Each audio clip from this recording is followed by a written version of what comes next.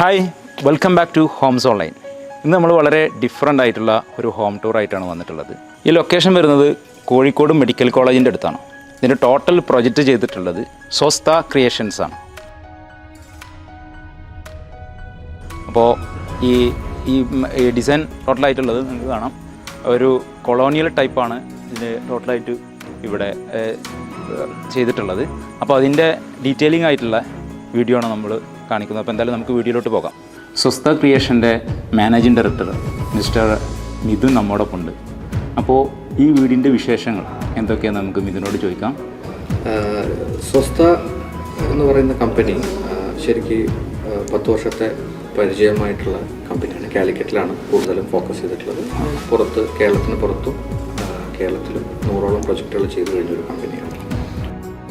Dream create life എന്ന് പറയുന്ന നമ്മുടെ ടാഗ് ലൈനോട് കൂടിയാണ് നമ്മൾ ഇങ്ങനൊരു സംരംഭം ചെയ്യുന്നത്. അപ്പോൾ നമ്മളൊരു ക്രിയേറ്റ് എന്ന് പറഞ്ഞു കഴിഞ്ഞാൽ ആർക്കിടെക്ട്സ് ആണ് എല്ലാ രീതിയിലും ഓരോ പ്രൊജക്റ്റിൻ്റെ വാല്യൂവിനനുസരിച്ച് അതിന് വേണ്ട ഏത് രീതിയിലാണ് ഡിസൈൻ ചെയ്ത് അതിൻ്റെ കാര്യങ്ങൾ പറയാം. അപ്പോൾ അവർ തരുന്ന ഡ്രോയിങ്സ് ക്ലയൻറ്റുമായിട്ട് ഷെയർ ചെയ്ത് അതിൽ ഏറ്റവും ക്വാളിറ്റിയോട് കൂടിയിട്ട് അതിനെ എങ്ങനെ ചെയ്യാം എന്നുള്ളത് അത് അവരുടെ കൂടെ, അതായത് നമ്മളൊന്നും മറച്ചു വയ്ക്കുന്നില്ല. എന്ത് പ്രൊഡക്റ്റ് വാങ്ങണം, എന്ത് ചെയ്യണം, ഏതെല്ലാം എങ്ങനെയൊക്കെ എവിടെ നിന്നൊക്കെ നമ്മൾ അറേഞ്ച് ചെയ്യണം, ഇതിനെ തുടങ്ങിയിട്ടുള്ള എല്ലാ കാര്യങ്ങളും നമ്മൾ ഡീറ്റെയിൽ ആയിട്ട് അവർക്ക് റിവ്യൂ കൊടുക്കും. ഓപ്പൺ ഡിസ്കഷൻ നമ്മളൊന്നും ഹൈഡ് ചെയ്യുന്നില്ല. അപ്പോൾ അത് ഫസ്റ്റ് അവർക്ക് അത് ക്ലിയർ ആയതിനു ശേഷമാണ് നമ്മൾ നമ്മുടെ പ്രൊജക്റ്റുകൾ ലോഞ്ച് ചെയ്യുന്നത്. അതിനുശേഷം നമ്മൾ തന്നെ ഓരോ വീക്ക്ലി അറേഞ്ച്മെൻറ്റ്സ് നമ്മൾ എന്തൊക്കെയാണ് ചെയ്യുന്നതിൻ്റെ ആ ഡീറ്റെയിൽസ് നമ്മൾ വീക്ക്ലി അവരെ റിപ്പോർട്ട് ചെയ്യുന്ന സിസ്റ്റം വരെ നമ്മുടെ കമ്പനിക്ക്. അപ്പോൾ ഇപ്പോൾ ശോഭ ബിൽഡേഴ്സിൻ്റെയാണ് ഇവിടെയുള്ള ഈ ഒരു പ്രൊജക്റ്റ്. ബെല്ല ആൻഡ് കോസ്റ്റ എന്നാണ് ഈ പ്രൊജക്റ്റിൻ്റെ പേര്. അപ്പോൾ ഇതിൽ അവരുടെ ഹൈ ക്വാളിറ്റിയിൽ അവരുടെ ഒരു വില്ല ചെയ്ത് കഴിഞ്ഞാൽ അതിൻ്റെ ഇൻറ്റീരിയറും നമ്മൾ അതേ ക്വാളിറ്റി കീപ്പ് ചെയ്യുന്ന രീതിയിൽ വേണം നമ്മൾ ഫിനിഷ് ചെയ്യാൻ.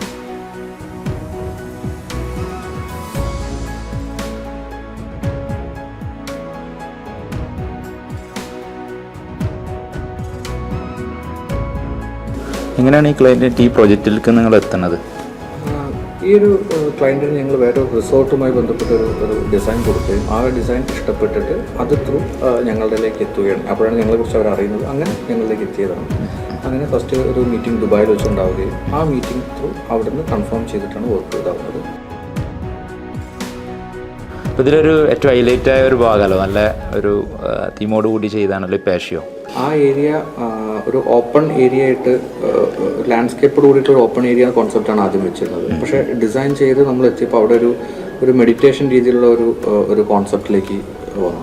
അപ്പോൾ അതിൻ്റെ ഭാഗമായിട്ടൊരു ബുദ്ധ കൾച്ചർ അല്ലെങ്കിൽ ആ ഒരു രീതിയിലുള്ള ഒരു വിഷൻ അവിടെ കൊടുക്കുക എന്നുള്ളതായിരുന്നു നമ്മൾ പ്ലാൻ ചെയ്തത്.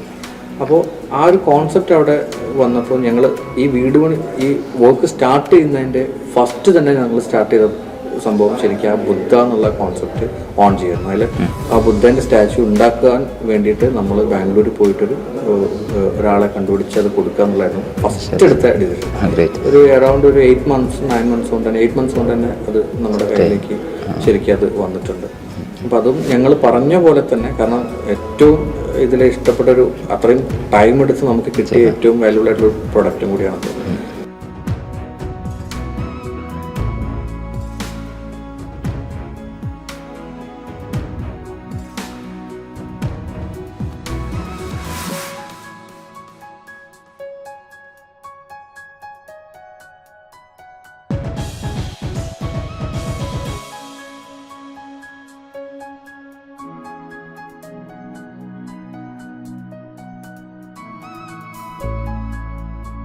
ഇതിൽ ഫർണിച്ചറൊക്കെ നമ്മൾ ഇവിടെ നിന്നാണോ കൂടുതലും പുറത്ത് ഇമ്പോർട്ടഡ് ആണോ, എങ്ങനെയാണ് നമ്മൾ ചെയ്തത്? ഫർണിച്ചർ ഞങ്ങൾക്ക് തന്നെ ഓൺ പ്രൊഡക്ഷൻ ഉണ്ട്. അപ്പോൾ അതിൽ ഞങ്ങൾ കൂടുതലും ഇതിലുള്ള ബെഡ് കോട്ട് അല്ലെങ്കിൽ സൈഡ് ടേബിൾസ്, അങ്ങനെ വാർഡ്രോബ്സ് ഇങ്ങനെയുള്ളതെല്ലാം നമ്മൾ തന്നെ മേക്ക് ചെയ്യാണ് ചെയ്തിട്ടുള്ളത്. ഇതിൽ സോഫ പോലെയുള്ള പ്രൊഡക്ട്സ് നമ്മൾ ഇമ്പോർട്ടഡ് പണിത് ഇറ്റാലിയൻ കളക്ഷൻസിൽ വരുന്നതാണ്. ഇപ്പോൾ കൊച്ചി സെഡാർ എന്ന് പറഞ്ഞ സോഫ, അത് ഇപ്പം ഞാൻ ചെയ്തത്. പിന്നെ നമ്മൾ ഇപ്പോൾ ഡൈനിങ് ചെയർസ് മറ്റുള്ളതൊക്കെ ഡീറ്റെയിൽ എന്ന് പറയുന്ന കൊച്ചിയിലുള്ള കമ്പനിയാണ് ചെയ്തിട്ടുള്ളത്. അപ്പോൾ അവരൊക്കെ അത് ആ ഒരു നമ്മൾ കൊടുക്കുന്ന ഡിസൈനിന് അവർ ഇന്ന കളേഴ്സ് വേണം, ഇന്ന ഇത് വേണം എന്ന് പറയുമ്പോൾ അവർ ആ രീതിയിൽ ക്വാളിറ്റിയിൽ നമുക്ക് മേക്ക് ചെയ്തിട്ട് അങ്ങനത്തെ പ്രൊഡക്ട്സ് നമ്മൾ ചെയ്തിട്ടുണ്ട്. അവിടെ തന്നെ മേക്ക് ചെയ്തല്ല, ഇവിടെ വന്നിട്ടാണോ അവർ ചെയ്തത്? അവിടുന്ന് മേക്ക് ചെയ്ത് അവർ കൊണ്ടുവരാൻ. പക്ഷേ വാർഡ്രോബ്സ് അല്ലെങ്കിൽ ബെഡ് കോട്ട്സ് തുടങ്ങിയ സംഭവങ്ങളൊക്കെ നമ്മുടെ സൈറ്റിൽ നിന്ന് ചെയ്തിട്ടുണ്ട്. അതിൽ തന്നെ ലെതർ വർക്ക്സ് ഒക്കെ നമ്മൾ യൂണിറ്റിൽ നിന്ന് ചെയ്തിട്ട് ഇവിടെ കൊണ്ടുവരികയും ചെയ്യാം.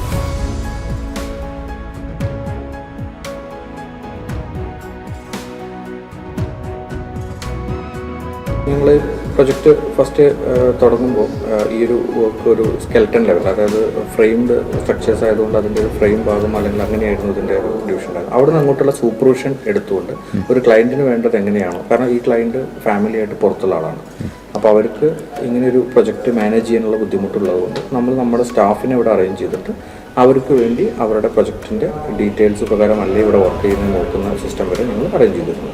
അതിനുശേഷമാണ് ഫിനിഷിങ്ങിലേക്ക് കിടക്കുന്നത്.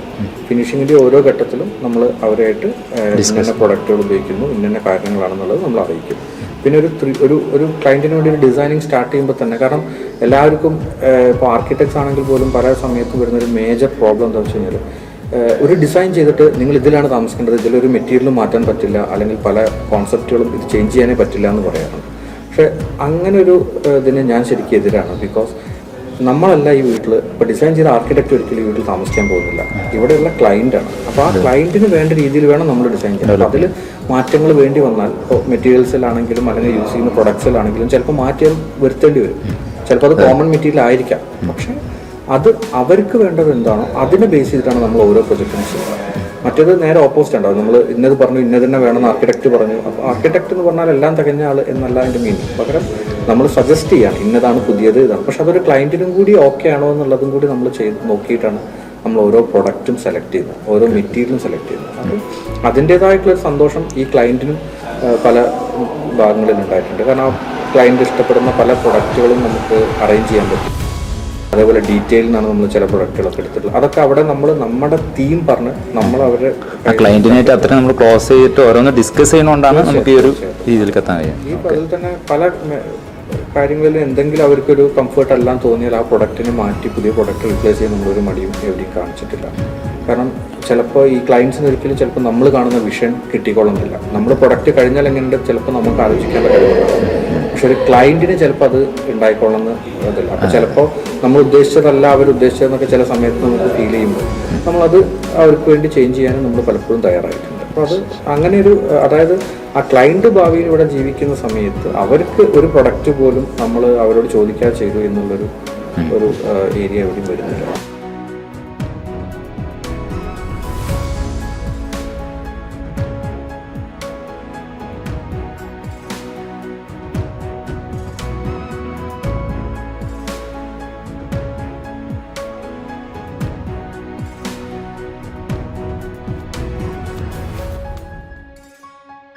പിന്നെ ഇതിൻ്റെ ഒരു ഹൈലൈറ്റ് ഭാഗമല്ലോ, ഫസ്റ്റ് തന്നെ കയറി വരുമ്പോൾ ഈ ഒരു ബാർ കൺസെപ്റ്റ്, അതെങ്ങനെയാണ് ക്ലയന്റിന്റെ അനുസരിച്ച് ചെയ്തതാണോ നമ്മൾ അങ്ങനെ ഒരു എന്തെങ്കിലും റിക്വയർമെന്റ്? അതെന്താ വെച്ചാൽ ഇപ്പം ഒരു പല രാജ്യങ്ങളിലും പോയി വന്ന് അത്രയും പരിചയമുള്ള എക്സ്പീരിയൻസ് ഉള്ള ആളുകളാണ്. അപ്പോൾ അവരെ ഒരു ലൈഫ് സ്റ്റൈലിൽ ഇതൊരു എന്താ പറയുക, നമ്മുടെ വീടിൻ്റെ തന്നെ ഒരു ഭാഗമായിട്ട് വേണ്ട ഒരു രീതിയിലാണ് ആ ഒരു കൾച്ചർ സെറ്റ് ചെയ്തിട്ടുള്ളത്. അപ്പോൾ ഈ വീട്ടിൽ ഏറ്റവും ഒഴിച്ചിടാൻ പറ്റാത്തൊരു ഭാഗം കൂടിയാണ്. അപ്പോൾ ഒരു ഗസ്റ്റ് വന്നാൽ എല്ലാ ഏരിയയിലേക്കും കാണാനും എന്നാൽ അതോടൊരു പ്രൈവസിയോട് കൂടിയിട്ട് ഇവിടെ ഇരിക്കാനുള്ള ഒരു ഏരിയ സെറ്റ് ചെയ്തിട്ടുള്ളത്.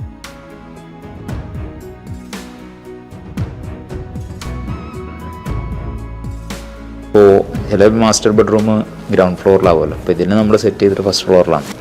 അപ്പോൾ അത് എങ്ങനെയാണ് നമ്മൾ ക്ലയൻറ്റിനനുസരിച്ചുള്ള നമ്മൾ തന്നെ അങ്ങനെ ഒരു ഡിസൈൻ കൊടുത്തിരുന്നു, അങ്ങനെയാണോ? ഉണ്ട്. ഈ പ്രായമാവുമ്പോൾ ഉപയോഗിക്കാനുള്ള ബുദ്ധിമുട്ടും കൂടി കണക്കാക്കിയിട്ടാണ് കൂടുതലും മാസ്റ്റർ ബെഡ്റൂമിന് താഴെ എന്നുള്ളൊരു അത് കൊടുക്കുന്നത്. ഇവിടെ നമുക്ക് ലിഫ്റ്റ് ആൾറെഡി ഇംപ്ലിമെൻറ്റ് ചെയ്തിട്ടുള്ളതുകൊണ്ട് അത് എല്ലാവർക്കും പ്രായമായാലും അല്ലെങ്കിൽ മുകളിലേക്ക് വരാനൊന്നും വലിയ ഒരു ഇഷ്യൂസ് ഇല്ലാത്തതുകൊണ്ടും പിന്നെ ഉള്ളതിൽ ഏറ്റവും ലാർജായിട്ട് കൊടുത്തിട്ടുള്ള ഏരിയ അവിടെയാണ്. ഏറ്റവും വലിയ ബെഡ്റൂം ആണല്ലോ. സ്പേസ് കൂടുതൽ. എത്ര സ്ക്വയർ ഫീറ്റ് ഉണ്ടാവും? നിയർലി ബെഡ്റൂം മാത്രം 500 സ്ക്വയർ ഫീറ്റ്. അപ്പോൾ അത്രയും ഏരിയ ബെഡ്റൂമിന് വേണ്ടിയിട്ട് റൂം സ്പേസ് മാത്രമാണ്. അത് കഴിഞ്ഞിട്ടാണ് പൗഡർ റൂമും ടോയ്ലറ്റും പുറത്തേക്ക് കൊടുത്തിട്ടുള്ളത്. പ്ലസ് ഒരു ബാൽക്കണി അറ്റാച്ച്ഡ് ആണ്. ഒന്നല്ല, 2 ബാൽക്കണി. ബെഡ്റൂമിൽ നിന്ന് പുറത്തേക്ക് ഒരു ബാൽക്കണിയാണ്, അതേപോലെ കോമൺ ആയിട്ട് വരുന്നൊരു ബാൽക്കണി.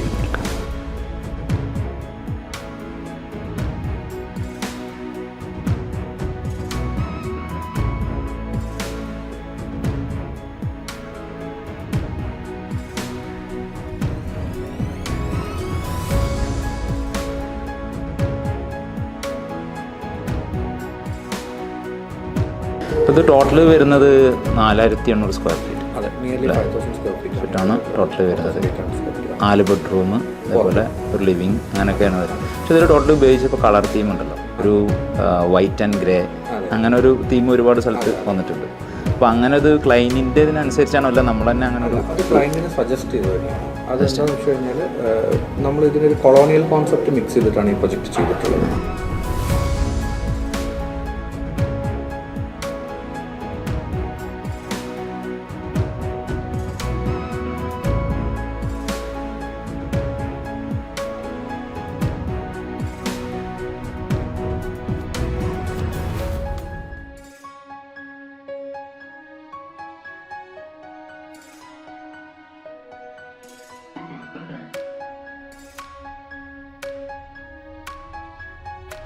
ഇന്നിവിടെ വളരെ സ്പെഷ്യലായിട്ടുള്ളൊരു ചടങ്ങ് നടക്കുകയാണ്. കീ ഹാൻഡ് ഓവറിംഗ് ആണ്.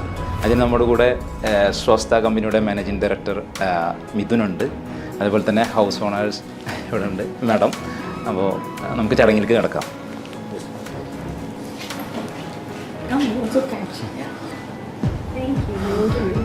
Thank you for the good job. Awesome. അപ്പോൾ നമ്മുടെ കൂടെ ഇത്രയും നേരം ഇതിൻ്റെ എല്ലാവിധ ഡീറ്റെയിൽസും വളരെ വ്യക്തമായിട്ട് തന്നെ നമ്മുടെ മിഥുൻ ഭായി പറഞ്ഞിട്ടുണ്ട്. അപ്പോൾ ഈ വീഡിയോ എല്ലാവർക്കും ഉപകാരപ്പെടുമെന്ന് വിചാരിക്കുന്നു. അപ്പോൾ നിങ്ങൾ വിലയേറിയ കമൻറ്റുകൾ കമൻറ്റ് ബോക്സിൽ അറിയിക്കുക. അതേപോലെ തന്നെ ഇതുപോലത്തെ വെറൈറ്റി പ്രൊജക്റ്റുകൾ നിങ്ങൾക്കുണ്ടെങ്കിൽ നമ്മളെ സമീപിക്കാം. അപ്പോൾ നെക്സ്റ്റ് ഒരു ഇന്നോവേറ്റീവ് വീഡിയോസുമായി നമുക്ക് വീണ്ടും കാണാം. Bye bye.